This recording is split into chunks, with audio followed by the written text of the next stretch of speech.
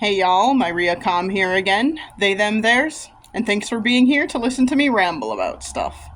I am gonna talk today about no contact with my parents again.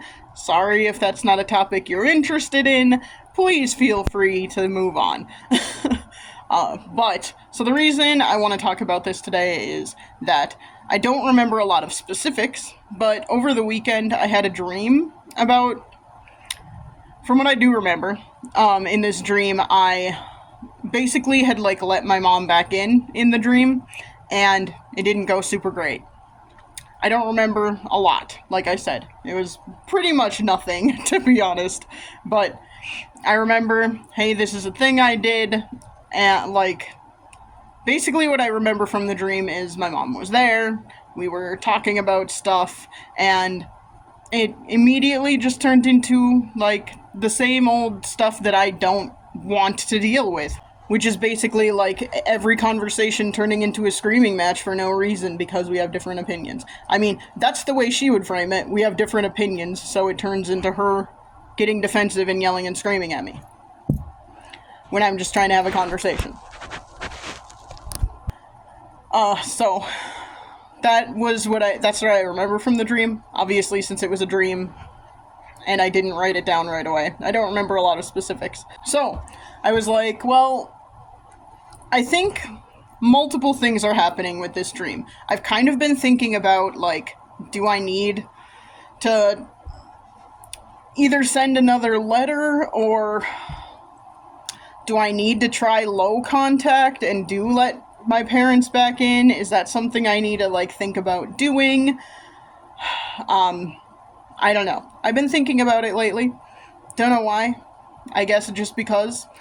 Probably because my sister and brother-in-law went to visit my parents over the 4th of July, and so they've been talking about my parents and stuff. Not a lot, but a little bit.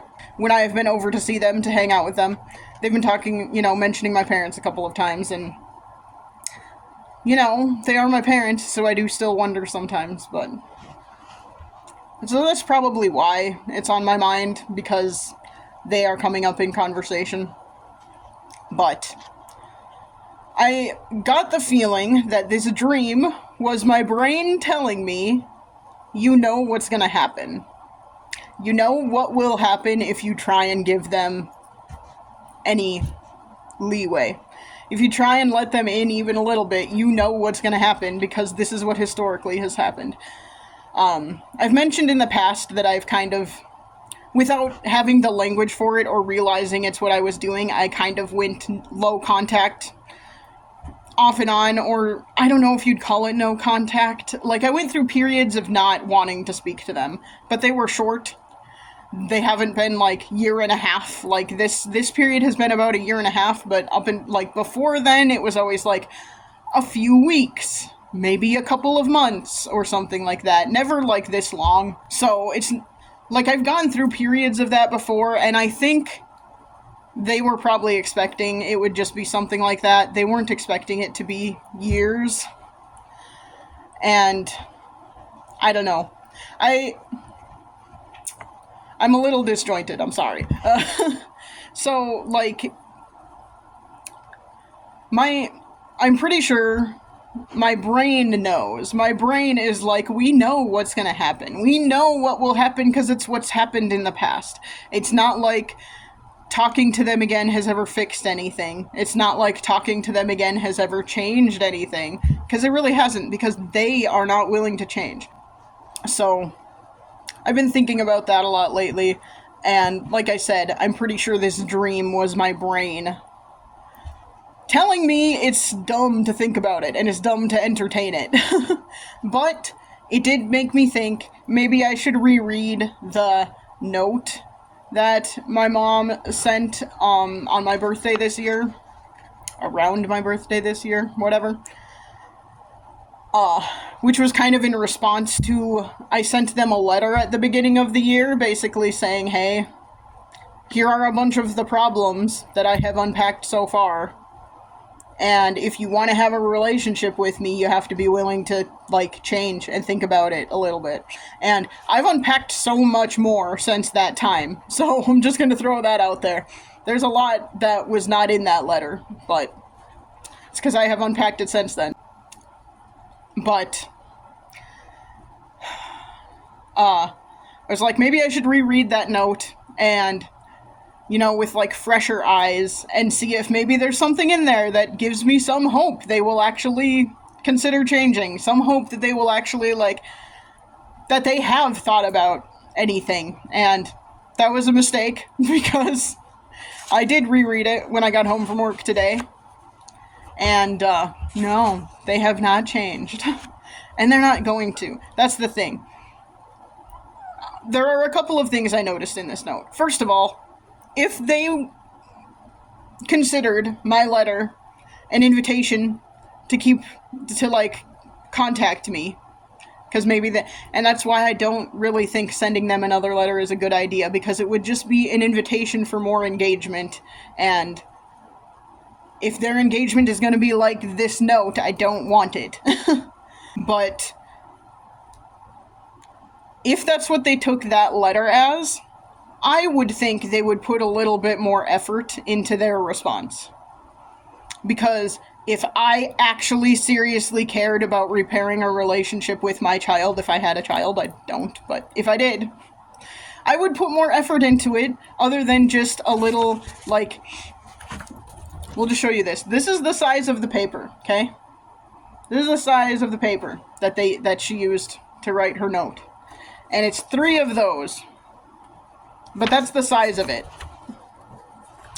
Whereas I used, like, it wasn't 8.5 by 11, it was smaller than that, but it was 2 sides. So, it was more words than this. And words of more substance than this. But anyway, this note, there's a couple of things that I'm not going to read it again. I've read it in a previous recording. I'm not going to read it again. When I did reread it after work today, it did make me kind of emotional, and I don't really want to get emotional again. But I might, talking about it, so we'll see. But this note that she wrote does not address... First of all, it doesn't address any of the problems. It literally does say, yeah, we taught you to think for yourself, and that's the way it's supposed to be.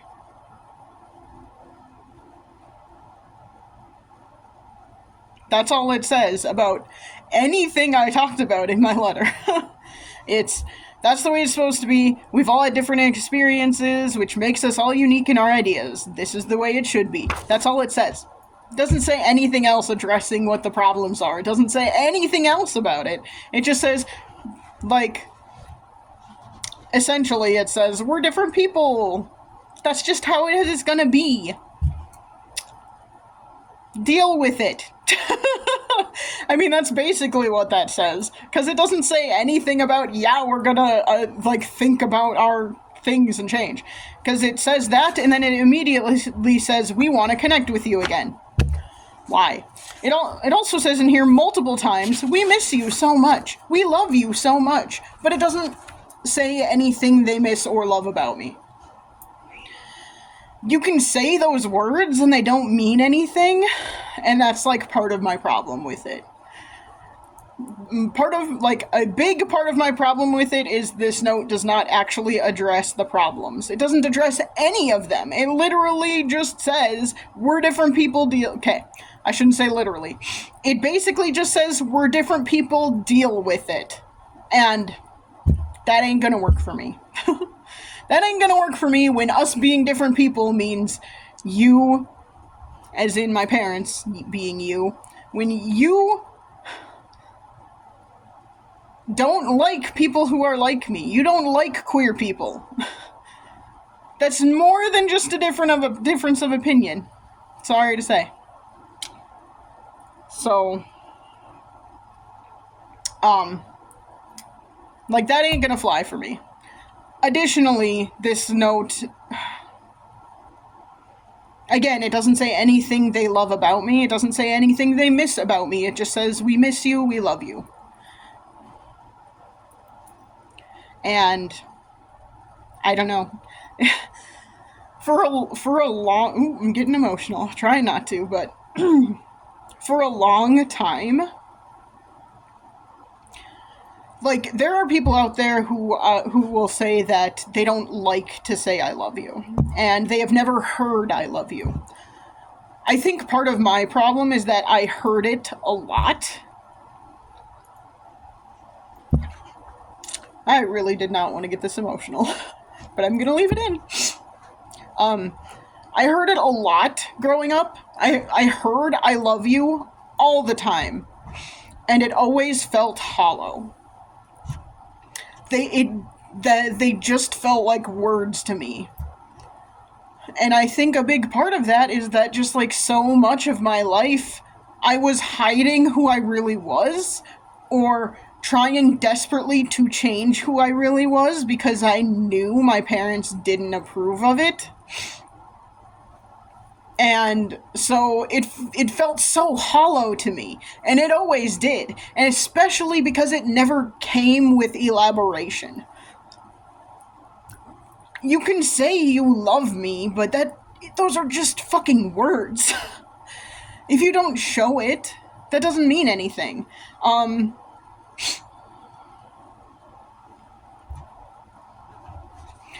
And like that, I mean, I'm also gonna mention that this says we a lot, but my mom wrote it. It's in her handwriting.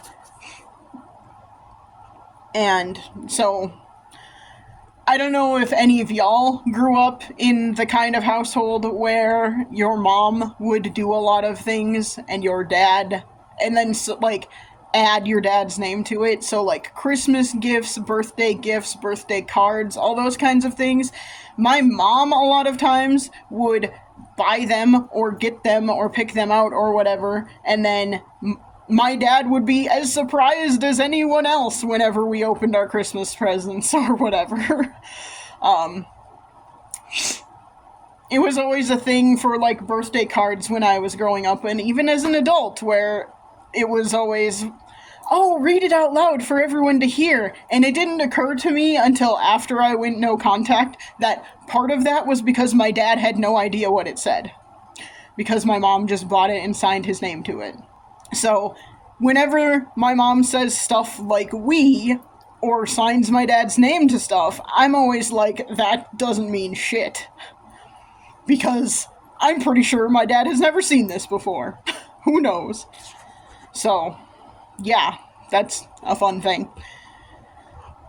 Another thing about this note is so, my cat died after I went no contact with my parents. Sorry, I also didn't think I was going to get emotional about that, because it's been almost a year. The reason it makes me emotional right now is because she mentions that in this note. Again, this note is supposed to be a response to my letter explaining what my problems with them are. And explaining what it will take for me to, like, be willing to speak to them again. And she didn't address any of that. But she did talk about, like, we're sorry your cat died. We were really surprised about that. Okay? Whatever. It's a thing that happens.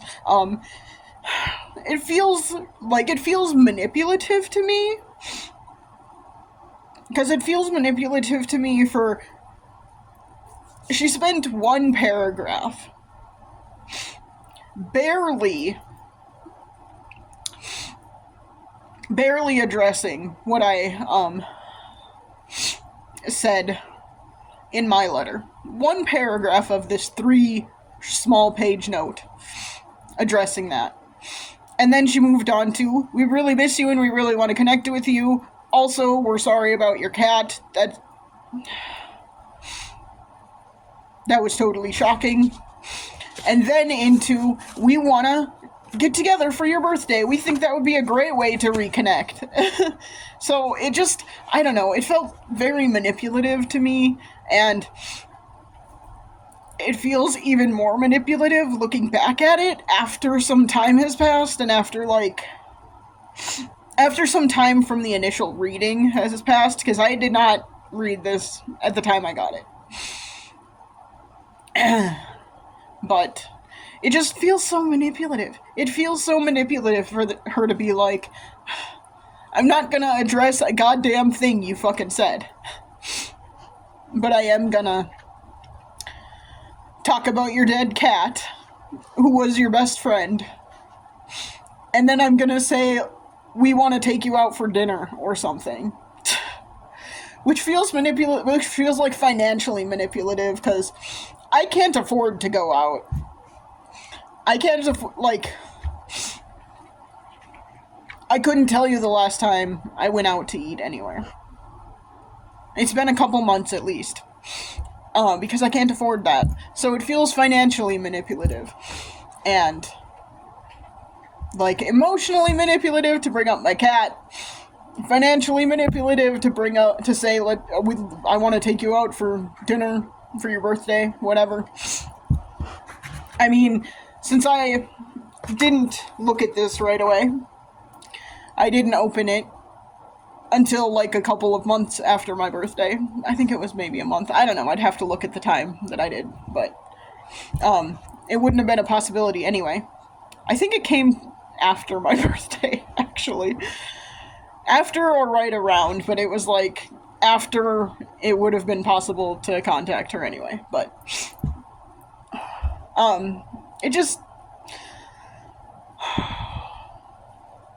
it felt really manipulative. And rereading it made me feel even worse about it, because it feels... I was reading it again, sort of hoping that, maybe after some time I will read it and find some glimmer of hope in there, that there's something worth salvaging. And I just really don't think there is. This is something I've been thinking about a lot the past couple of months, really.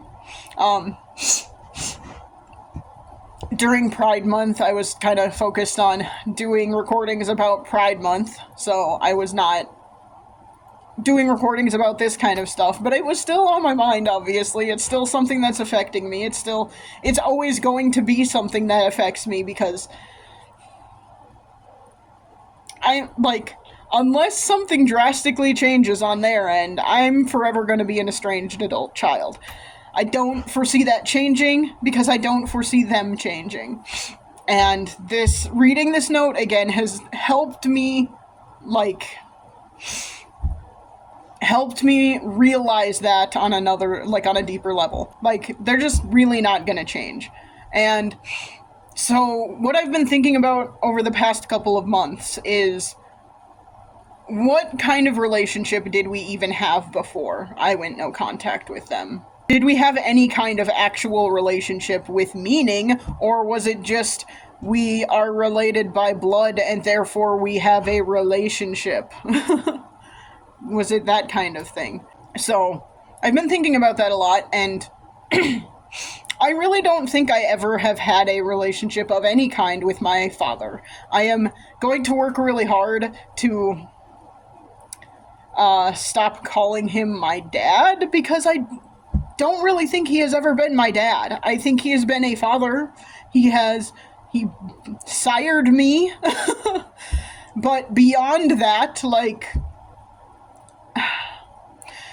our relationship, if you can call it that, has pretty much always been about him and his emotions and his feelings and what's happening with him.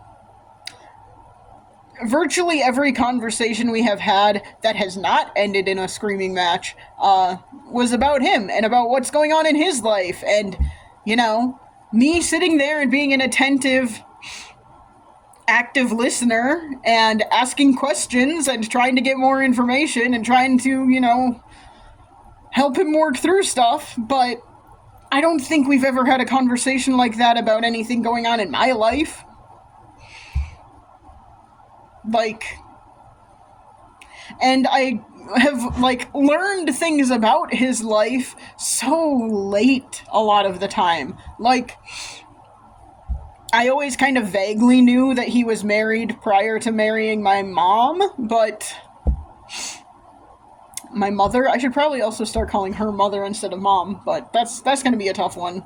Not for reasons. Anyway, like, I always, like, vaguely knew that he was married prior to marrying my mom, but I didn't really know details about that, and I still don't know a lot of details about that. I only know, like, when I was in grad school. So after undergraduate college, undergraduate university, I went to graduate school, and it was then that I learned that he was married to a Mormon, which is kind of wild. I never knew that. And I don't know anything else about it. I just know he was married to a Mormon for a while, and then he wasn't anymore. I don't even know why they're not married anymore. Don't know. Because he didn't want to talk about that. But he wanted to tell me he was married to a Mormon because Mormon missionaries came to my door, and I thought it was funny, and I told them that. But, yeah. I didn't learn that until I was, like, 25. And I lived with him my whole life. So, like, he always just tells the same stories over and over and over, and they get into bigotry and racism and stuff, and misogyny the older I've gotten, which is wild because, again, like, single female presenting person. You'd think you wouldn't be a raging misogynist around that, especially, like, he was raised by a single mom. I'm just consistently like, how are you such an asshole? But whatever, I guess. How did you become such a man when you didn't have a father figure in your life? Oh, but anyway, but yeah, like, I cannot think of a single conversation I've ever had with my father that was about my life, about things going on in my life, where he was actually actively, attentively listening. I remember trying to have conversations with him about things going on in my life, and having him not pay attention. It just, like, there's a difference between actively listening and, like, asking questions to further the conversation, and just saying, like, as opposed to just saying, uh-huh, yep, okay, yeah, uh-huh, or saying nothing at all. There were numerous phone conversations I can recall where, like, I would have to ask, are you still there? Because there would be nothing. And it's just a whole thing. I'm sure he would blame the fact that he does not have good hearing, but then why are you on the phone with me anyway? So, and he has perfectly good hearing when he wants to have a screaming match with me. That's interesting. But, yeah, it's just, I don't think we have ever actually had a meaningful conversation about my life. Plenty about his life. I know, like, the same 5 stories about his life. Woohoo, hooray, great. But, yeah. So I don't think that my father and I have ever really had a relationship beyond, like, very, very surface level stuff. And the more I think about it, I'm not sure that my mom and I have either. I just really don't. I'm trying to think of, like, again, any meaningful conversation we have had that was more than just talking about family, talking about, like, media, like, and when I say media, I mean, like, movies, television shows, books, whatever. Anything that we've ever talked about deeper than that, again, has turned into a screaming match, because I don't have the same opinions, or whatever. And it's funny, because the way her note is written, it's basically implying you just have to be open to other people having other opinions, and I am perfectly open to that. It's them that get angry and defensive when I bring up my opinions about things. And that's just ridiculous and silly to me, because I am perfectly open and I can talk about it in a, like, calm and meaningful, calm and adult manner, and they can't. So, yeah, that's the thing there.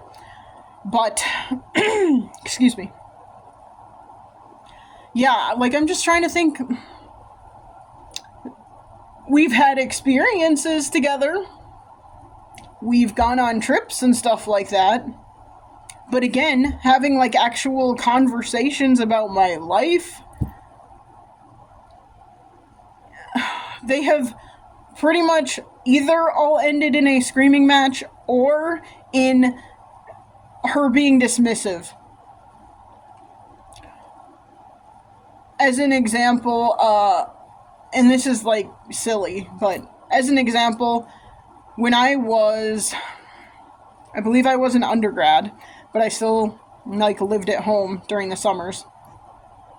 And I spent one summer at my aunt and uncle's farm, and in the process of that, I also babysat a different uncle's kids for 48 hours, like 2 straight days, and was promised payment for that.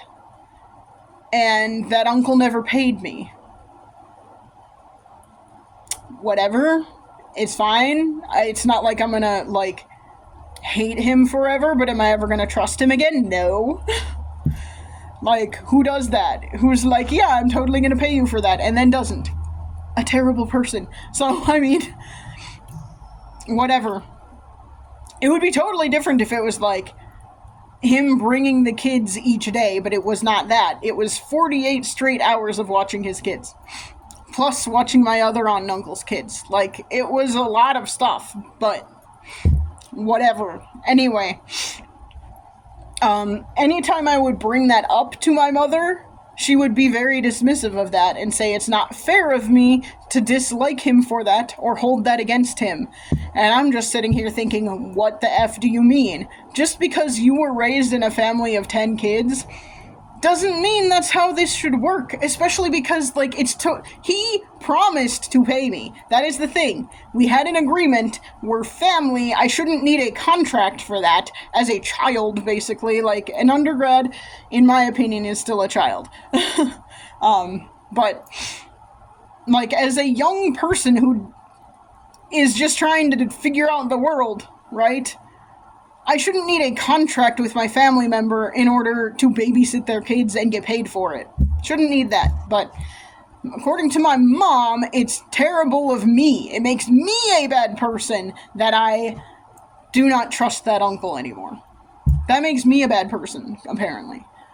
And, like, that is an example of a conversation we had that was not about surface level stuff, that became just very dismissive. Like, oh, give him a break. He's had a rough life. Okay, yeah, maybe I've also had a rough life. And he's contributing to that rough life by basically stealing from me. Like, come on. So, anyway, back to the point, which is, I don't even know what kind of relationship we had prior to me going no contact. We didn't really have a relationship. We had, like, the most surface level basic of relationships that didn't matter. Like, it's hard for me. And the thing I keep thinking of is, if I did let them back in, what the F would we even talk about? What would we talk about? Why do they want me in their lives so badly? What do they want to talk about? Because like I said, 95% is the number I'm going to put on it. 95% of the conversations we were having before I went no contact with them ended in a screaming match. And they were the ones that initiated the screaming, and I was just reactive to it. It was them who would get defensive and angry, and then start calling me names, and start insisting that I don't know anything because I'm younger than them, and insisting that I just don't understand the world, even though I understand more about the world than they do in a lot of ways, because I've researched more about things, and whatever. this isn't an argument about who knows better and all of that. It's just me saying that, like, I don't understand why they even want a relationship with me. I don't understand that. Other than control. And I don't even know what they would be controlling. Like, I don't know. I don't understand what they get out of it. So, it's confusing to me. And as someone who really, really likes to understand the context behind things, I know I'm never going to get that. Even if we would be in contact. Like, I would love to ask them, why, first of all, why did you want children? Why? What purpose did you have to bringing me into the world? And then second of all, why do you want a relationship with me now? What do you get out of it? What do you get out of every conversation ending in argument and screaming, and then blaming me for it, when all I'm trying to do is have a conversation about something more substantial than that movie you saw last week? Like, what do you get out of having a relationship with me? And why? I would love to ask those questions. I don't think I would get answers. Or, if I would get answers, I don't think they would be good ones. Or honest ones, even. So, yeah. This was mostly me unloading, but I do sort of have a question if anyone does get to the end of this recording that has been long and annoyingly emotional and stuff. And my question is, for anyone else out there who has gone no contact with their parents, like, how do you get past these humps? How do you get past these humps where you're, like, really, really wanting and hoping for answers that you know you're not going to get? I know this is something that, like, estranged parents talk about all the time is, oh, I don't have answers, I don't understand. Well, I freaking gave them some answers. Maybe not the ones they wanted, but I gave them some answers. So they can't, and it's in writing, so they can't really say they don't know. Like I said, I've unpacked a lot more since then, and a lot of what I have unpacked has been, like,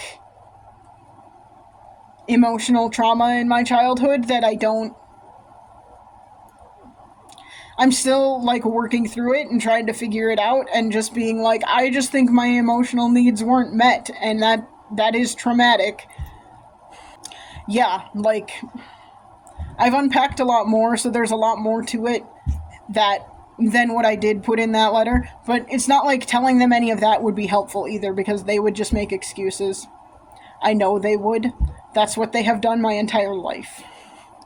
And a lot of what I would say would be, I would just like answers about stuff, and I know they're not going to give me those answers. I know they won't. So why should I give them answers? Like, I don't know. But anyway, back to my question, how do you get over these, like, moments, periods of time where you're trying to, like, convince yourself that this is the right choice, even though you know it is the right choice? Like, it's levels of guilt, I'm sure, and it's also levels of just, like, I want my parents. But I don't think I ever really had parents, not in a real meaningful way. Maybe that's part of it. Maybe part of the reason I'm in this right now is because I'm realizing I never really had parents in a meaningful way, and that kind of sucks to realize. But, yeah, if you are an estranged adult child out there, how do you get over this? How do you get through these moments? How do you do it? I can't afford therapy, and I have no one to talk to about it. So how do you get through it otherwise? Talking to YouTube can be my way through it, I suppose, but yeah. I just don't get immediate responses from that, immediate feedback from that, and that gets tough sometimes. Although I am used to getting delayed feedback. That's like my whole life also, so maybe that's some more trauma I need to unpack.